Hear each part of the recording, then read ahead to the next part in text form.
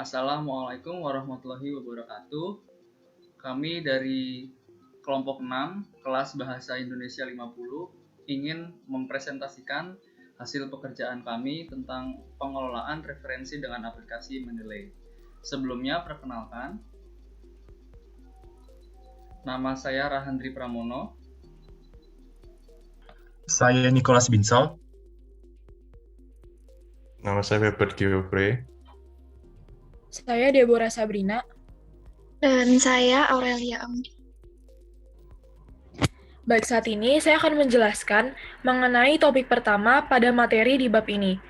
Tetapi sebelum kita lanjut pada topik-topik yang akan dibahas, alangkah lebih baiknya jika kita memahami terlebih dahulu definisi dari karya tulis ilmiah itu sendiri. Karya tulis ilmiah terdiri dari 3 kata, yaitu kata karya yang menurut KBBI memiliki definisi sebagai hasil sebuah usaha, upaya, perbuatan, atau ciptaan. Lalu kata tulis yang menurut KBBI memiliki definisi segala kegiatan yang terkait dengan huruf, angka, pena, atau media tulis yang lain. Dan kata ilmiah yang menurut KBBI memiliki definisi bersifat ilmu secara ilmu pengetahuan atau memenuhi syarat atau kaidah ilmu pengetahuan. Jadi, secara menyeluruh, karya tulis ilmiah dapat didefinisikan sebagai sebuah karya yang dihasilkan dari kegiatan menulis dengan menggunakan penerapan kaidah ilmiah, mengutamakan aspek rasionalitas, dan mengusung permasalahan yang bersifat objektif serta faktual. Nah, kita masuk pada pembahasan topik pertama, mengapa dalam penulisan ilmiah wajib disertai dengan kegiatan membaca referensi yang kredibel?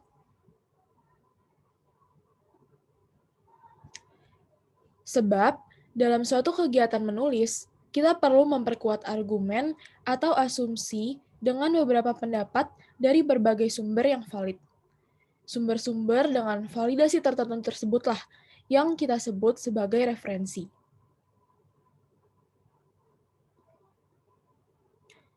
Pengertian dari referensi itu sendiri. Referensi dapat didefinisikan sebagai rujukan terhadap suatu objek, konsep, atau gagasan yang diucapkan dalam konteks lain untuk mendukung konteks atau hipotesis terkini. Referensi merujuk pada hal yang bersifat teknis dan spesifik. Seseorang yang menggunakan referensi akan menggunakannya dengan penyesuaian konteks. Nah, tujuan dari penggunaan referensi itu sendiri terdapat 6 tujuan. Yang pertama, dengan menggunakan referensi, kita dapat memperkaya sudut pandang terhadap sebuah informasi atau konteks ide yang sedang kita tulis. Lalu yang kedua, kita dapat menghindari praktik plagiat. Yang termasuk dalam praktik plagiat itu sendiri, yaitu perbuatan yang baik secara sengaja maupun tidak disengaja dalam mencoba memperoleh kredit atau nilai untuk suatu karya ilmiah dengan mengutip sebagian maupun seluruh karya ilmiah dari pihak lain yang diakui sebagai karya ilmiahnya tanpa menyatakan sumber secara tepat dan memadai. Lalu tujuan penggunaan referensi yang ketiga, yaitu penulis dapat memperoleh sumber atau pembanding untuk menghasilkan sebuah karya tulis yang relevan dan tidak terlampau bias ataupun subjektif. Tujuan penggunaan referensi yang selanjutnya, yaitu dapat menunjukkan bagian tulisan yang diambil dari acuan sumber tertentu. Lalu, dapat membantu pembaca untuk mencari sumber rujukan yang dipakai. Dan tujuan penggunaan referensi yang terakhir, yaitu memberi penghargaan pada penulis yang dijadikan sebagai sumber dari acuan referensi.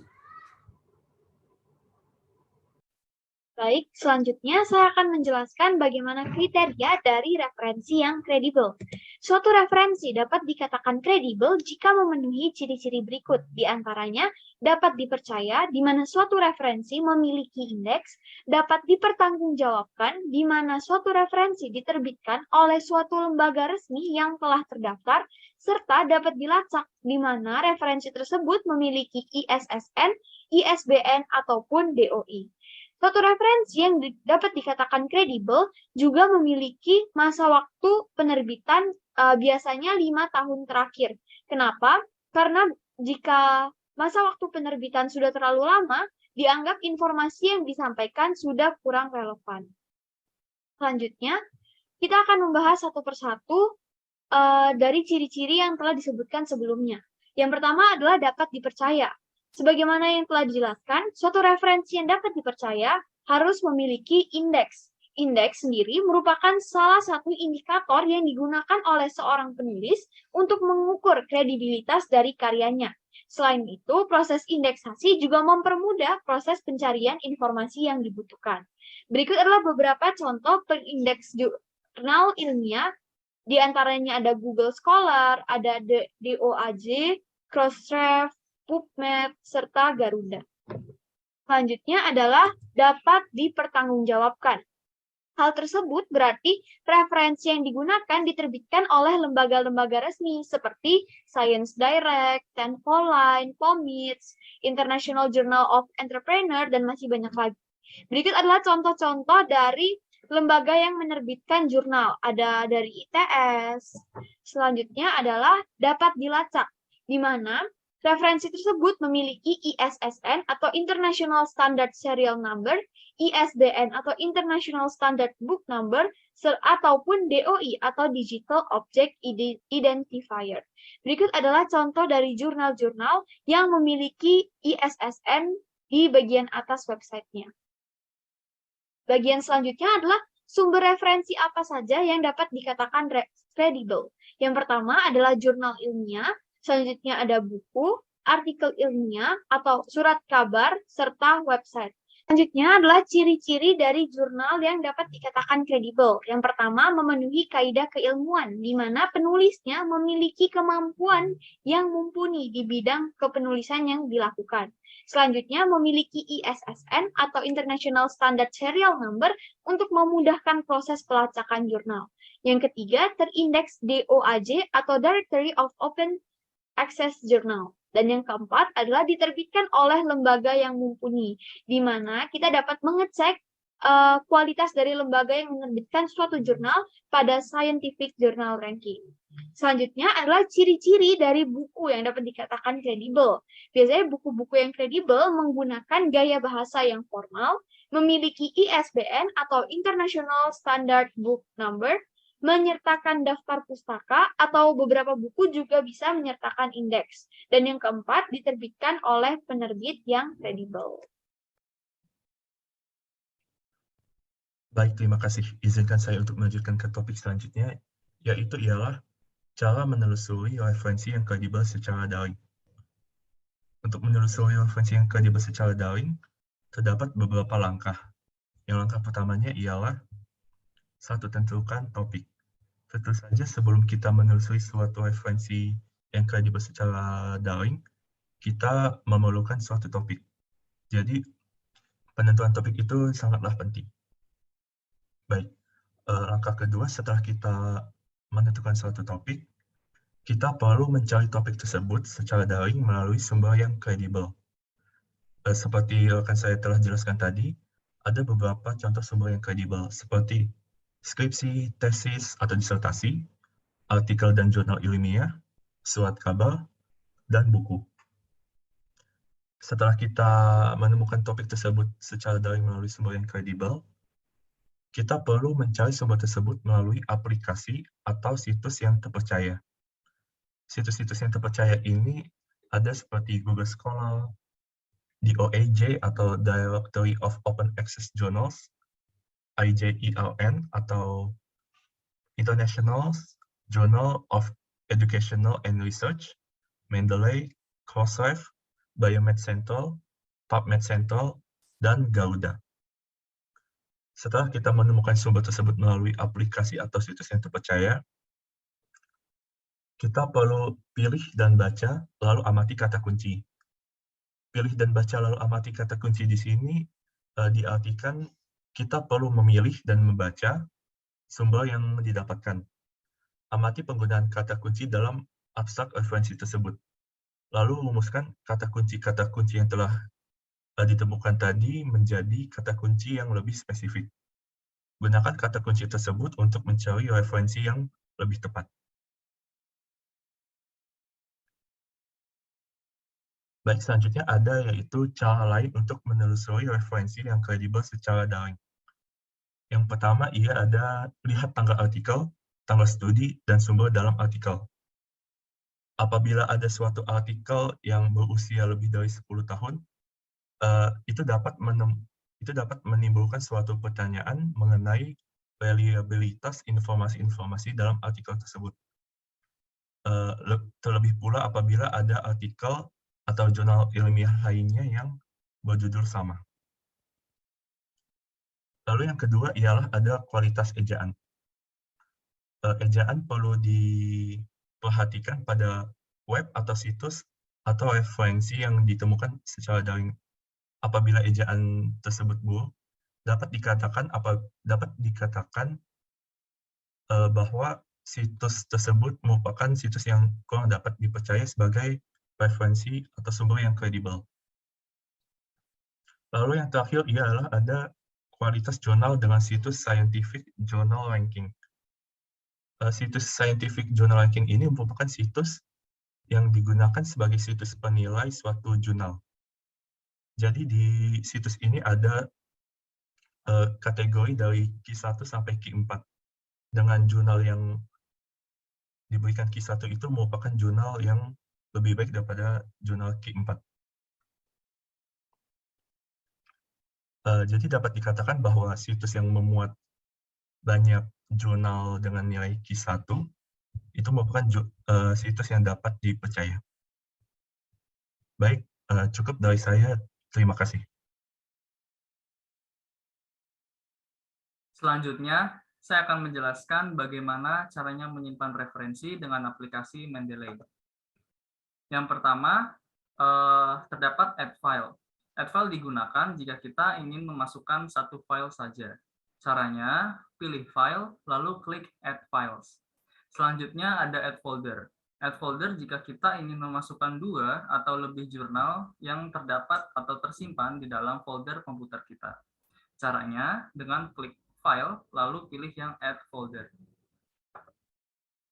Selanjutnya, jika kita tidak memiliki soft copy dari jurnal yang ingin kita masukkan, maka kita dapat add entry manually. Add entry manually berarti memasukkan jurnal secara manual.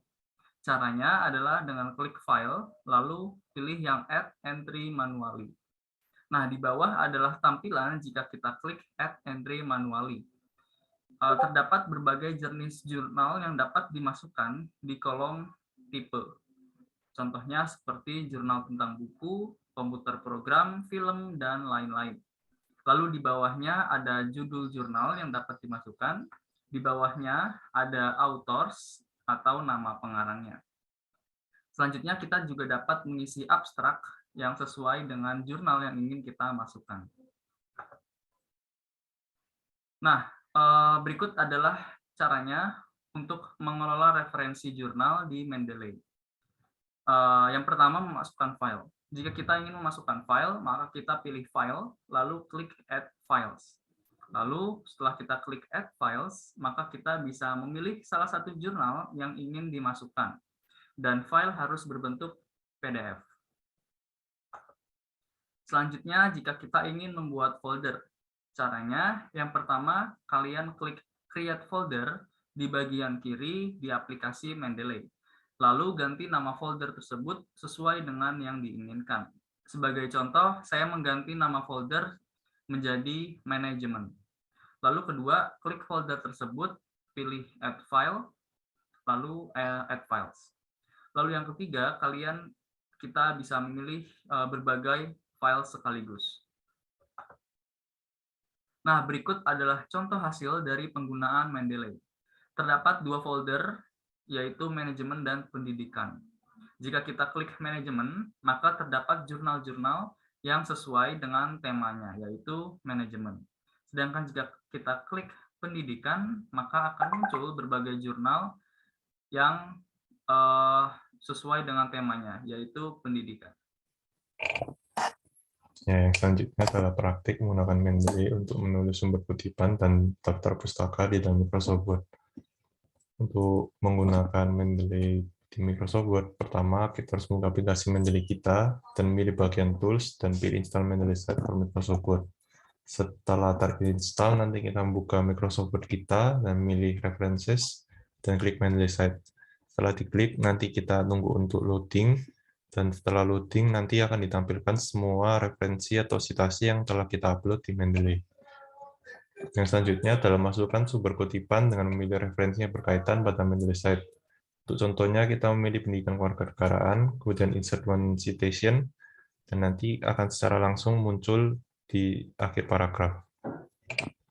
Nah, yang selanjutnya adalah membuat daftar pustaka dengan memilih More pada Mendeley Site dan pilih Insert Bibliography.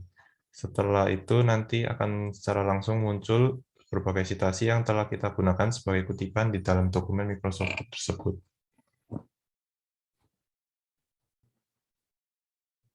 Nah, berikut adalah Mendeley Reference Manager. Ini ada berbagai citasi atau referensi yang telah saya masukkan. Kemudian kita pilih Tools dan install Mendeley Site for Microsoft Word. Setelah sudah terinstall, nanti kita akan membuka Microsoft Word kita. Nah, kita akan klik bagian References dan Mendeley Site di sini. Kita nunggu untuk loading sejenak.